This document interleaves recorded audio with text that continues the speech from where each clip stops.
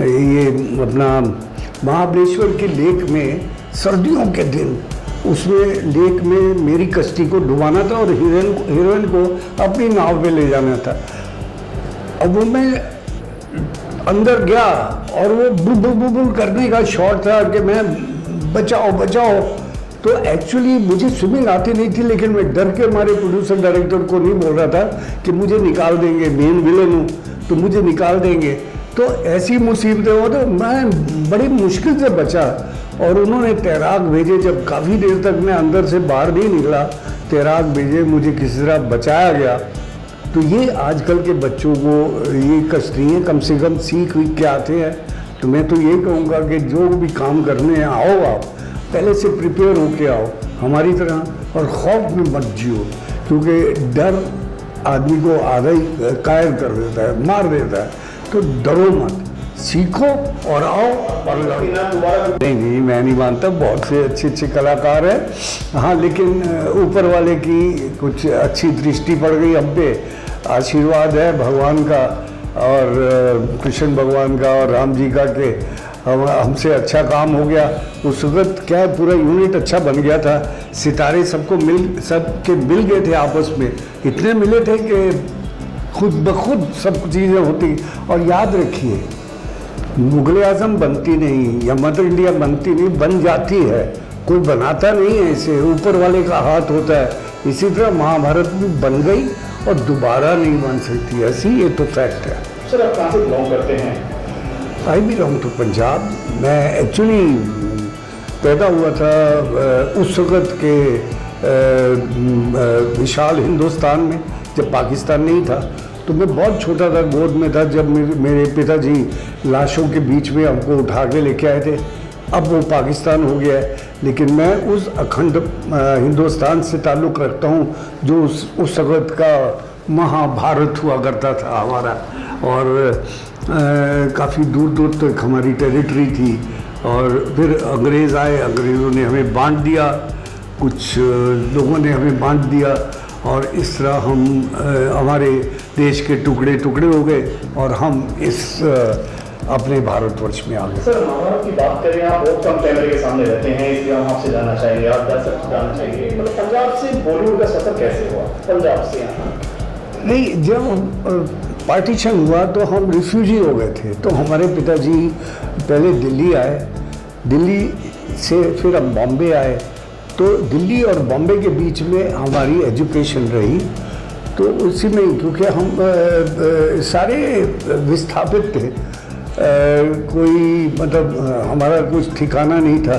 तो जो कुछ भी है, पिताजी ने आके यहाँ पर सर्विस की या जैसा भी काम किया, जो भी किया, बिजनेस किया, उसके बाद हम लोगों को पढ़ाया लिखाया।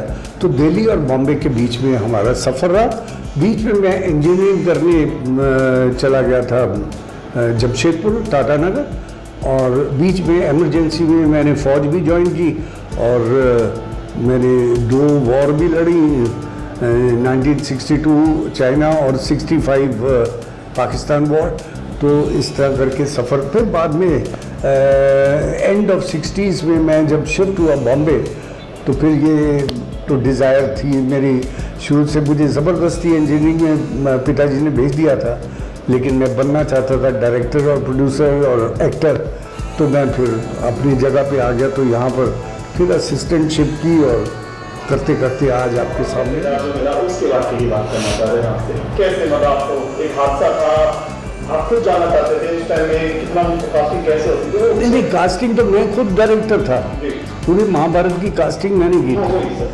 तो कास्टिंग मैंने की थी, मैं सब कैरेक्टर्स को जब ढूंढता था तो 3-3, 4-4 कैरेक्टर्स को मैं फाइनल करके रखता था। उनमें से हमारा सारा डायरेक्शन और राइटर टीम बैठती थी हम लोग, और हम लोग उनमें से एक लड़का सिलेक्ट करते थे या लड़की सिलेक्ट करते थे।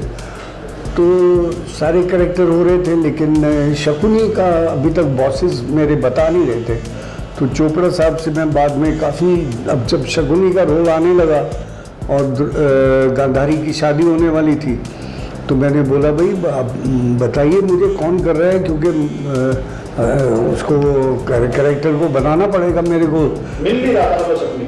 नहीं, मिल गए थे, मेरी तरफ से हो गए थे 2-3 लोग, लेकिन उन्होंने कहा, अंत में मुझे कहा कि नहीं तुम ही कर रहे हो, क्योंकि उससे पहले मैंने इनके साथ एक और सीरियल किया था जिसका नाम था बहादुर शाह जफ़र। तो बहादुर शाह जफ़र में मैंने ब्रिटिश का रोल किया था, जनरल मटकाफ का। तो मेटकाफ का रोल इनको इतना अच्छा लगा था क्योंकि वो अशोक कुमार दादामुनि के सामने एक ही अंग्रेज़ विलेन था और वो मैं था। तो उस रोल की वजह से मुझे शकुनी का रोल मिला। कितना अच्छा लगता है सर जब वो जो डायलॉग आपने इसकी बात करी, ऐसे पैर से लहरा के चलना और करना, डायलॉग के बारे में। हाँ, वो मैंने कैरेक्टर अपना बनाया था। मैंने सोचा कि इसको क्या यूनिक कैसे बनाऊं, तो उसको यूनिक बनाने के लिए मुझे अपने ग्रैंडफादर की बात याद आ गई कि जो श्रूड और बहुत चालाक आदमी होता है, धूर्त आदमी होता है, तो उसके कोई ना कोई त्रुटि होती है अंग में। तो वो जब मैंने चोपड़ा साहब को बताई और डॉक्टर राही को बताई तो उन्होंने वो पसंद की मेरी बात, और फिर मैं बोले अच्छा चल के बताओ कैसे करोगे। तो फिर मैंने चल के बताया, बोल के बताया, तो उनको बहुत पसंद आया और इस तरह वो शुरू हुआ। तो सुकनी नहीं होती तो महाभारत नहीं होती, ये मान कैसे सकते हैं? हाँ, आप इस नज़रिए से भी ले सकते हैं कि अगर कौरवों की तरफ से शकुनी थे जो कि पॉलिटिशियन थे और पांडवों की तरफ से कृष्ण भगवान थे, तो क्लैश इन दोनों का था पॉलिटिक्स में। जो राजनीति या कूटनीति या धूर्तता जो चलती थी इन दोनों के ही बीच में चलती थी, और बाकी फौजें थी, बाकी लोग इनको मान के चलते थे, और जो कि पीछे से मगर कमान इनके हाथों में होती थी। सर दूसरी जी अगर कलाकार मिलते तो क्या होते? नहीं, यहाँ तो फिर मेरी दो ही चीज़ें थी। यहाँ तो मैं फौज में होता, मेरे दो ही एम्बिशंस थे। मैं यहाँ फौज में होता, मतलब वायुसेना में पायलट होता, और यहाँ फिर मैं फिल्मों में होता। यही दो चीज़ें मेरे को, और कुछ